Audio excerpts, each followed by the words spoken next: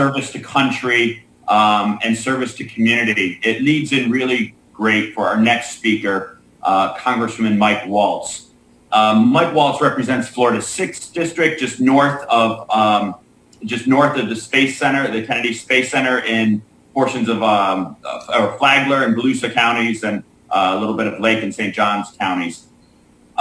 Mike was born in Florida, went off to college, Virginia Military Institute, where he started a incredibly distinguished military career that still continues to this day. It was my privilege and honor to be able to serve with Mike in the Army. And when I met him, I realized that this is one of the brightest leaders that the Army has. And it's pretty prophetic on my part, I must add, to see that in Mike. And his leadership, it transcends not just to the Army, to the halls of Congress, but really to his community. And it's his community that he really believes in and has given back to.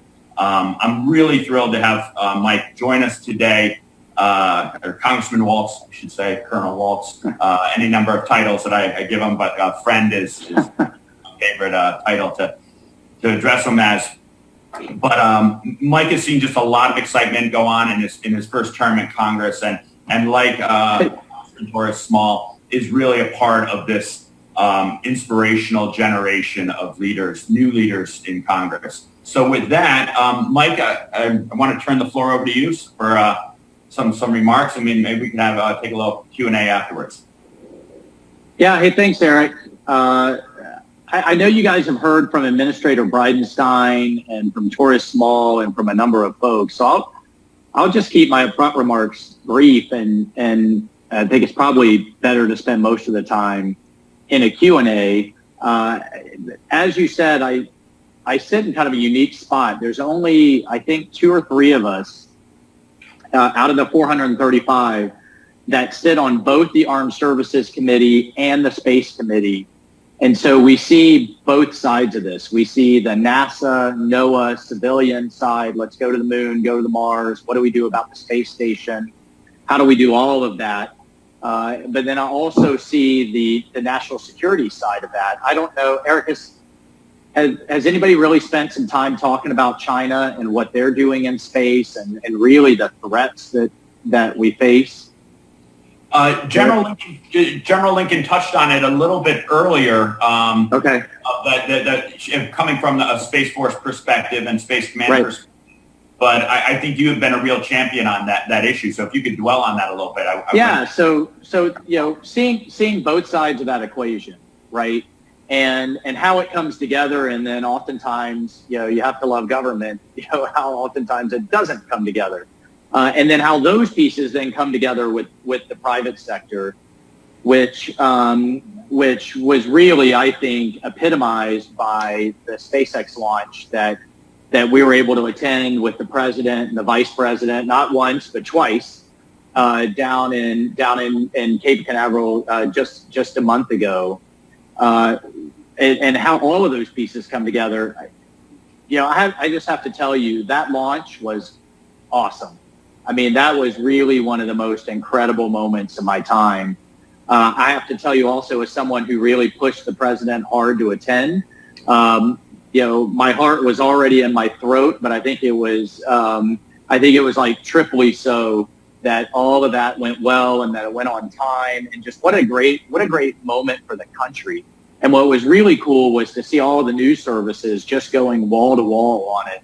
It kind of took me back to the space shuttle launches that I watched as a kid, and even back to the Apollo days, to have the 50th anniversary last year and so much attention on that. Is really incredible and inspiring for the country, particularly with everything else that's going on. I'll tell you, Eric, and for everybody watching, I'm sitting on a really cool invitation you all should be jealous of, that I'm to have pizza with Doug and Bob when they come back, with the astronauts when they come back. We're going to have a pizza dinner with them and Minister Bridenstine and General Raymond, the commander of the Space Force, which is, you should be jealous because it's going to be really cool. Let's all pray, though. The launch was, as we all know, half the equation. Re-entry is the other half of the equation. So let's really pray for a safe re-entry.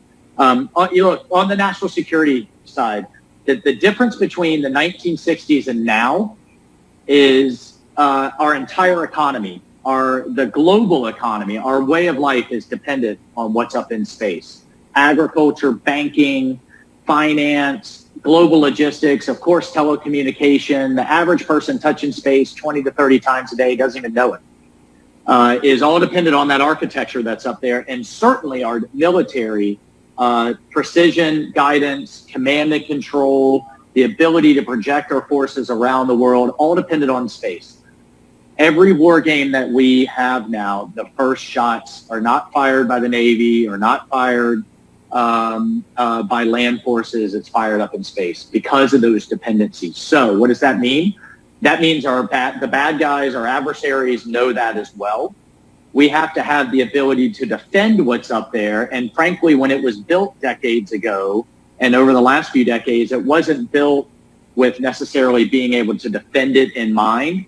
And then kind of like, frankly, what we have, the theory at least with nuclear weapons, is deterrence, to have the other side to know that we can take your stuff down too if you mess with ours. That kind of understanding and capability needs to be there as well. And this is everything, the Chinese in particular have developed missiles they can launch that can take our satellites down, laser weapons, cyber jamming, all kinds of things that we have to be able to defend against, but then also to kind of keep the peace, they need to know that we can do that as well. The other thing that we need to understand is that everything the Chinese do in space is backed by its military. They really don't have a robust civilian space program. And they have launched, the last 2 years, the Chinese have launched more than the United States and the rest of the world combined. So while I'm still confident that, the United States is the leader, we have to be able to sustain that, and we can't let them pass us by. And I think the old adage is true. You can't be number one on Earth if you're number two in space. It is the ultimate high ground now. The Chinese have a rover on the moon, and a few Americans realize have a satellite circling the moon to be able to communicate with it. That is a huge technical leap. The Indians are planning to go. The Israelis almost went. They were that close. The United States has to continue to lead, and I think time is of the essence for us to be able to do so. So, well, I think you've heard both sides of the aisle, and I think Administrator Bridenstine is right. This is not a partisan issue, but it is one, I think, of timing and of dedicating the resources now rather than later. And in that part of it, at least in the Congress, I'm a little bit worried. The president's been clear. The vice president's been clear. We want to get boots on the moon. We want to get the first woman and the next American man back to the moon by 2024. And I'm just being probably more candid here than some of your others. There are those that don't want to see this administration have that victory. To me, that's not a win for any administration. That's a win for the country. And a win for global freedom that we have to sustain by kind of being able to pursue those loftier goals. So I think with that, Eric, I'll stop. I'm a huge advocate on both sides of this. I think what is so amazing is all the stuff that we talked about and watched on TV as kids, whether it was Star Trek or Star Wars or the Space Odyssey, 2001. That's all happening. It's all happening in our lifetime. And to everybody out there watching, you folks are going to lead the charge on this. You're going to be there. You're going to do it. There will be a manned station on the moon. There will be exploration of Mars. And I think just the United States, with our values and our leadership, has to stay kind of leading the charge there. Well, I appreciate that insight, Mike, because you really have been outspoken on these issues. And too often, I think we look at so many of just the commercial issues, the domestic issues that we're thinking from a business perspective, but this all could be impacted because of some of the national security concerns. And I think you're spot on with addressing those issues and raising the flags when necessary. And I can attest to your excitement on what is going on down in Florida. And recently with the launch, the commercial crew launch, because you and I were texting like two teenagers back and forth. So cool. Yeah, just on how things were going and getting excited for that.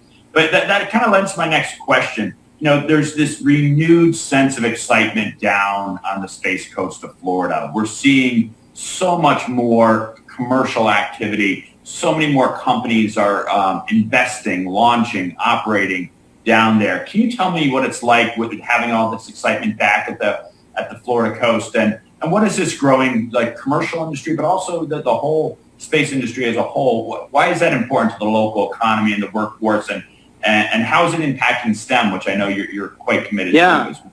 Yeah, no, thanks for asking. So quickly, just to give you a quick answer, it wasn't that long ago that the last space shuttle landed, and the day after it landed, NASA and the companies around the Space Coast sent out 2,000 pink slips laying people off.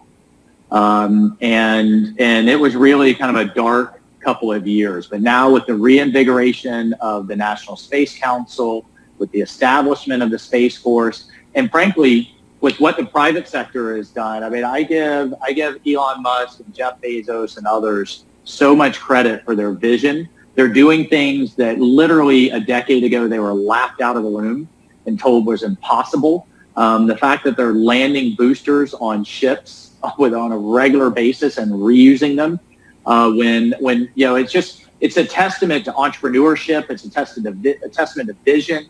It's a testament to this country, that of all the countries in the world, Elon Musk, who was from South Africa, could have come to realize what was an idea in his head and is now happening on such a grand scale, that he came to the United States and it's happening from Florida, is just really an awesome thing that we shouldn't, you know, get so bogged down in politics or, you know, the issue of the day to realize for Florida that there's kind of a triangle from Orlando to Daytona to Cape Canaveral, the space triangle of Florida. We're excited about being able to compete for the Space Command as part of the Space Force. There's going to be a follow-on command called STARCOM, which will really handle the training and the doctrine, the recruiting, all of the kind of human capital pieces that I think we would be fantastic for as well. The Space Force just announced its new organizational structure. You know, in the Army, you know, I'm a 24-year Army veteran. We call it brigades. You know, the Navy squadron and wings, now they're going to be deltas, will be the commands that colonels will command. So creating this whole new structure and culture, everything from what uniforms they wear to what we call them, that part's exciting. But the most exciting piece, but also most the disturbing piece for me is, and you heard Representative Torres Small talk about it, is, you know, we're on track to be short 1 million jobs in the STEM field over the next decade by demand. And for me, I think it's really disturbing that women and minorities are grossly underrepresented in STEM fields. So I've worked on legislation with HBCUs, historically black colleges, minority serving institutions, and others to address that. The bottom line is the interest in STEM and the focus on it has to start in elementary school, not in high school, not in college. By then, kind of in many ways, the die is cast. It has to start in elementary school. We have one just north of Cape Canaveral where you have second and third graders designing on CAD, doing 3D printing, entering into robotics competitions. It's really incredible. And I think for all of the companies out there listening, if you want the workforce of the future, and for these space leaders that are listening, that has to happen in elementary school. And please make those investments and work with us to make those investments. It's only going to benefit all of you, all of us, and the whole country to have those folks in place. And I think you heard from Representative Torres Small and myself that this is something we're really focused on, and we need to get good policies in place now so that 25 years from now we have the right folks doing with the right skill sets. And it's not just aeronautical engineers; it's wrench turners. I mean, Blue Origin in Cape Canaveral is bending metal and bending steel in a highly technical fashion. I love the fact that they have the world's largest oven there that can bake 4.5 million cupcakes. Really cool. And so it's all the way across the board. The technical know-how to create the reentry tiles is dying off with the engineers that originally built the space shuttle. Now we have an apprentice program in place to pass that knowledge on. And so all of those pieces need to come together. And then we're working hard on it. Well, Mike, I could go on all afternoon with this conversation. Unfortunately, we have to start wrapping up. But all right, man. My answers are too long. I get too excited. No one will ever fault you for being excited about space issues. You know, that's what's going to get you reelected, being excited about space. But you know, the leadership that I have seen from you from the day you hit the ground running, especially as you touched on a little bit, and I think you didn't do yourself justice. You've really been a leader on these STEM issues for women and minorities. You know, I know you came from a single mom. You're raising your daughter. The commitment that you have is really personal, and I think that showed across the board from what you've been doing.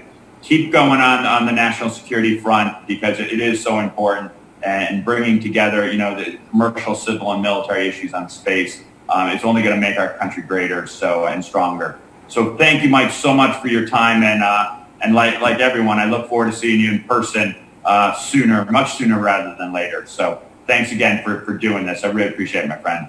All right.